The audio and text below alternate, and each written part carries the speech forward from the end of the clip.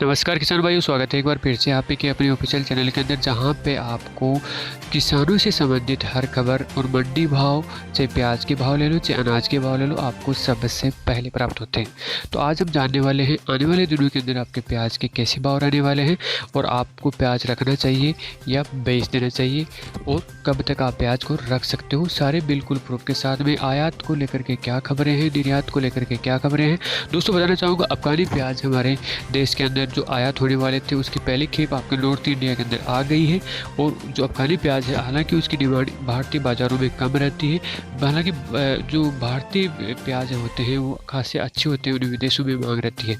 और जो सरकार ने एक फैसला लिया था कि जो निर्यात है उस पर रोक लगा दी जाए, तो उससे को लेकर के एक खबर आई। उससे पहले आपसे रिक्वेस्ट करना चाहूँगा कि चैनल को सब पहली बार बता रहे हो तो चैनल को सब्सक्राइब जरूर कर लीजिएगा और बेल आइकन भी प्रेस कर लीजिएगा, जिससे हर लेटेस्ट खबर आपको सबसे पहले प्राप्त हो सके। दोस्तों बताना चाहूँगा कि इस कोरोना महामारी के अंदर एक तो हमारे किसान भाइयों को वैसे उनको भाव नहीं मिले किसी भी अनाज की, और फिर सरकार ने निर्यात पे रोक लगा दी।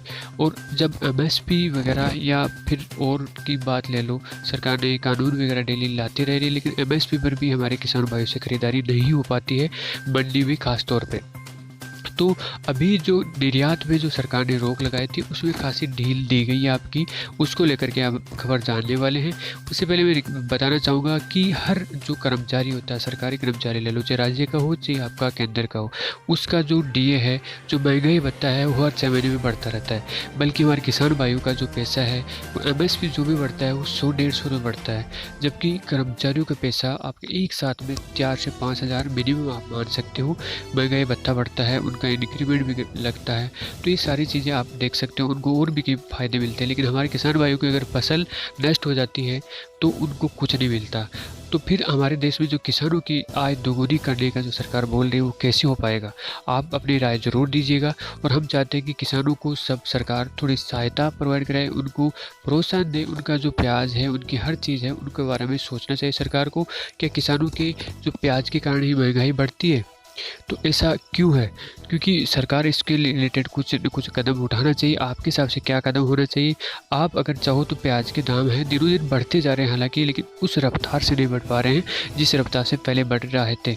अब आयात निर्यात पर रोक लगाने के बाद में थोड़ा वो स्लो हो गए हैं, लेकिन अभी थोड़ा बहुत उसको खोला गया है, निर्यात में थोड़ी ढील दी गई है। तो देखते हैं, निर्यात के अंदर आपको सरकार ने प्याज निर्यात पर रोक की शर्तों में कुछ ढील दी है और कुछ चुनिंदा किस्म के प्याज की जो सीमित मात्रा में निर्यात की अनुमति देती है। शुक्रवार को इस सिलसिले में अधिसूचना जारी कर दी गई और विदेश व्यापार महानिदेशालय ने कहा की तरफ से जारी की गई अधिसूचना के मुताबिक 31 मार्च 2021 तक बेंगलुरु रोज अनियन और कृष्णपुर अनियन की निर्यात को तुरंत प्रभाव से खोला जा रहा है, लेकिन अधिकतम 10,000 टन का प्याज ही निर्यात की अनुमति दी जाएगी।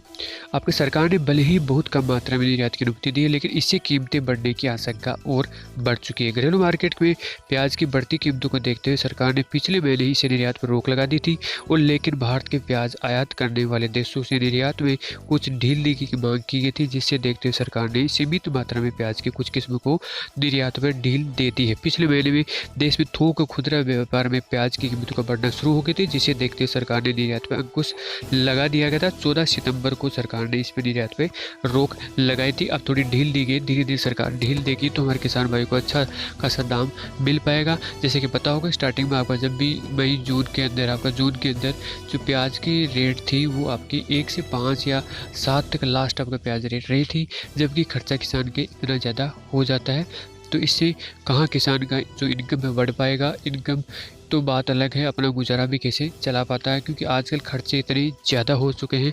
किसान अपने खेत में निराई गुड़ाई के भी पैसे देने पड़ते हैं और जो खाद बीज भी लाता है उसका भी पैसे देने पड़ते हैं।